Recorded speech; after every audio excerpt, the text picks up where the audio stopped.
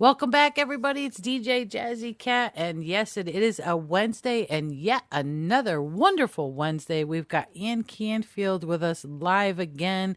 She's always finding strength for somebody. Good evening, good afternoon to everybody. And hello, Ann. How are you? I am doing wonderful today. Thank you, You're Kathleen. welcome. You're welcome. So, what do you got for us today? I know you're always bringing great stuff like you always do. Today we are finishing our series for December, which is the series of giving. So today it is all about giving to yourself. What does that self-care look like in your world? And to be on your own side. And it's a little bit more than self-care because it's the importance of recognizing what you need to be on your own side in order for you to be resilient. You need to be resilient and have that strength in order to give to other people. So, Kathleen, I have to ask you, have you ever felt that sometimes all the giving drains you? Have you ever experienced that? I personally have. Yes, I have. You try to Yeah. help, and sometimes it comes back, and you are tired. I think it's a mental tired, Ann. Right. Sometimes they even call it like compassion fatigue. So today we're kind of talking about how do we become more resilient in order to reduce that compassion fatigue. And some of it has to do with us recognizing our needs. And also some of it has to do with recognizing what actually fills us and to increase our self-validation. Arthur Brooks wrote a wonderful book called From Strength to Strength. And he talks about happiness is actually wants divided by needs, so that we actually reduce our needs because we learn to validate ourselves. And that's a little bit about what we're going to talk about. I actually have 3 tips for you today. And so the first one is going to be the importance of recognizing the wins for what you actually do for yourself and how it helps. Because sometimes we might not notice those things. And we don't notice the times where we have a wonderful cup of coffee, or we get to sit down for 5 minutes and read a letter from a friend. And so we want to keep this in focus to give ourselves the point and to take that moment to see the good that is in our world and how we are giving to ourselves. Because our brain is continually listening to the self-talk between our ears and behind our eyes. So this exercise, when you can really take in the moment, actually let your brain know and register that this is important to you and this is what good looks like. I'll give you an example. If I was sitting down right now and eating a green apple and eating a really good piece of fruit, I might literally be eating that apple and really kind of closing my eyes and really appreciating the taste of that apple, recognizing that I'm doing something good for my body, that I'm actually eating a good piece of fruit, and I'm taking care of myself. And I might even look around and look kind of what the atmosphere looks like if I'm in a quiet room and the time of day it is, and kind of reflect on how did I be able to get to this good moment? How did this happen? What did I do to set this up? So that I can tell my brain, this is really important. I want us to pay attention to this. And that's really what positive neuroplasticity is, literally us teaching our brains on how we learn and being able to learn how to learn. for our brains to listen, because our brains will find what we tell it to seek. So I have to ask Kathleen, if you were to look at your day today, what was a good moment that you had today? A good moment was actually in getting up. I love the outdoors. I love seeing the sun rise. So getting up in the morning and having a good cup of coffee that's really good is really important to start my day. As far as highlighting the most important thing today or the most fun thing, positive that has happened today, is I got to talk to you, one of them. Oh, aw. And you're very much an inspiration for a lot of us here on the Chill Factor, putting things into perspective, moving forward with a lot of stuff. I couldn't say that it was the best day, and I have to be honest, but yet I did find things that are somewhat of a happy. Trying to turn a negative into a positive, I always say. I love that. I love that. And that's kind of that point of that. I know sometimes we kind of generalize it into the day or the week or the month, but sometimes it's that moment by moment that we can still register that in our brains and in our minds to recognize this was important, this was good. To your point, having that cup of coffee. I bet, Kathleen, right now, if you closed your eyes and you thought about that good cup of coffee and how you made it just right and how that tasted, that would feel good. That would land with you a little bit. Absolutely.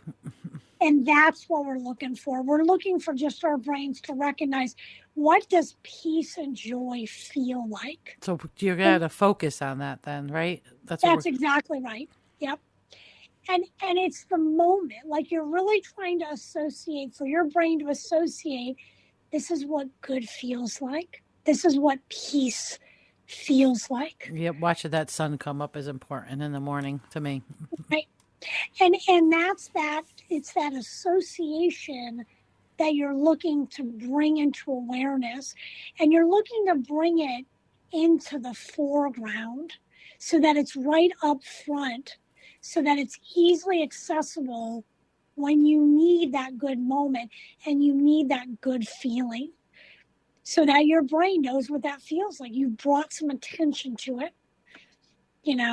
And that's our tip number one, is recognizing those wins and really kind of focusing on them and saying, you know what good moment I had? I remember making that coffee, hearing that little ding, the coffee's ready, and drinking that cup of coffee and how good that was this morning.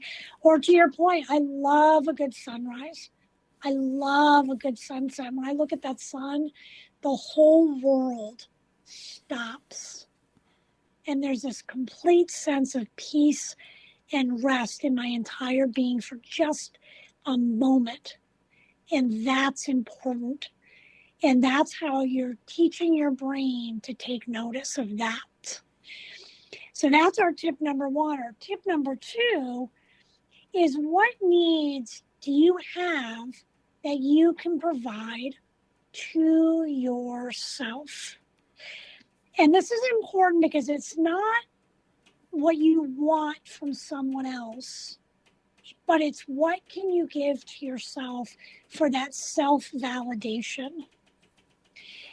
And it's one of those things to be able to say, it's important to me. I'm a social person. It's important to me that I have 5 to 6 touch points each day.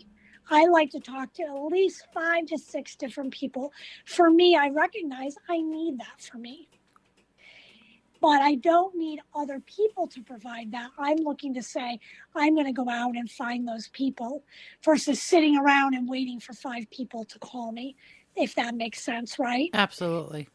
Because sometimes what we do is we're like, but somebody needs to take care of me, but somebody needs to call me. I'm waiting on somebody else to fill that need. But take a look and say, what can you do to initiate? If you know, hey, this is what I'm looking for and this is what I need, I'm going to initiate that for myself so that you're able to validate that for yourself. And then again, all of the other wonderfulness that comes to us, that's like icing on the cake. And it's something that you're not looking for other people to fill. And it makes it that much sweeter. So you appreciate yourself for your self-worth. That's exactly right. You need to be sure that you are taking care of you and not relying on other people to fill that need. Or your happiness. That's correct, because the goal is to be able to say, I am going to be able to take care of what do I need, instead of saying, well, you know what? I'm not going to be happy unless this person does something for me today. I can't believe that they're not doing that for me. Instead of looking at it that way, well, hold on a minute. I'm a giving, loving person. I'm going to give something to somebody because that's going to fill me up.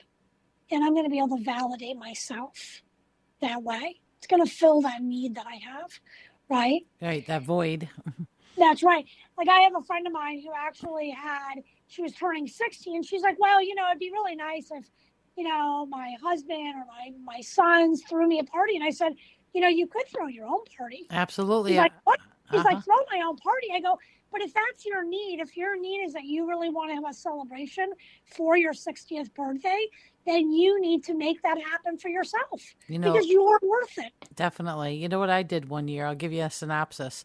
You know, our husbands sometimes are very interesting, right? As we Yes. are as the wives. Yep.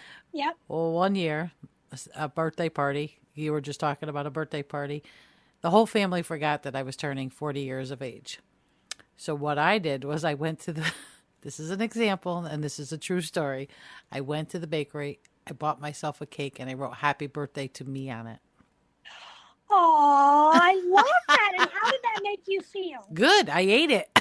That's exactly, Kathleen, that is exactly what we're talking about. True story. That's exactly what we're talking about, is that we forget that we can give to ourselves, and it means just as much, if not more, because we should be our own Self-worth. Yep. We should be our own BFF. We should be our own best friend. Before you could give it to somebody else, you have to have it within. And I did. And that's what positive neuroplasticity is all about. And then I shared my cake with everybody. That's exactly correct. And that made you feel good as well, right? Yeah. Giving it out to other people. Yeah. So that's our tip number 2, is recognize what the needs that you need to provide for yourself, so that you're not waiting for somebody else to provide them. You're giving that to yourself, and you're validating yourself to see your own value. And there's nothing wrong with that, knowing that and being able to do that. And then number 3 is, where are the opportunities to increase your self-care? And this is a little bit of a hard one, but sometimes we need to recognize there might be things we need to let go of to make room for the good. One example is, we're not going to go to the convenience store for cookies, or maybe we're going to watch less upsetting news stories. So I'm going to end with a story for you. It's one of my favorite stories. It's about a little girl and her father. And this little girl goes to the store with her mother, and she sees these fake pearls, and she begs her mom, please let me get the pearls, Mommy. I want to get the pearls. And her mommy says, well, save your birthday money and you can get them next week. She goes to the store the next week. She gave her mother the money, and she got these beautiful, little toy pearls, and she brought them home. Her father comes to tuck her into bed, and she says, Daddy, look, my pearls. I love my pearls. And the father looked at them, and he noticed they were the little dime store pearls. And he goes, well, that's nice, dear. He goes, would you give me your pearls? And she goes, oh, no, Daddy, I'll give you anything, but I'm not going to give you my pearls. And he said, no problem. Good night. I'll see you tomorrow. She goes to sleep.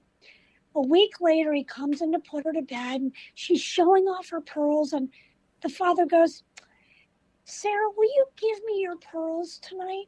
She goes, oh, Daddy, I'll give you this bear. I'll give you Lucy Bear. I'll give you anything, but don't take my pearls. He said, no worries. Good night.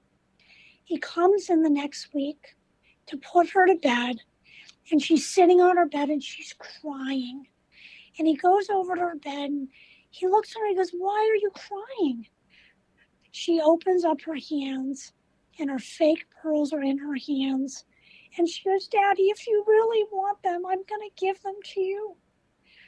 And he looks up at her and he takes her fake pearls out of her hand and he reaches into his pocket and he pulls out a beautiful strand of real pearls. Wow.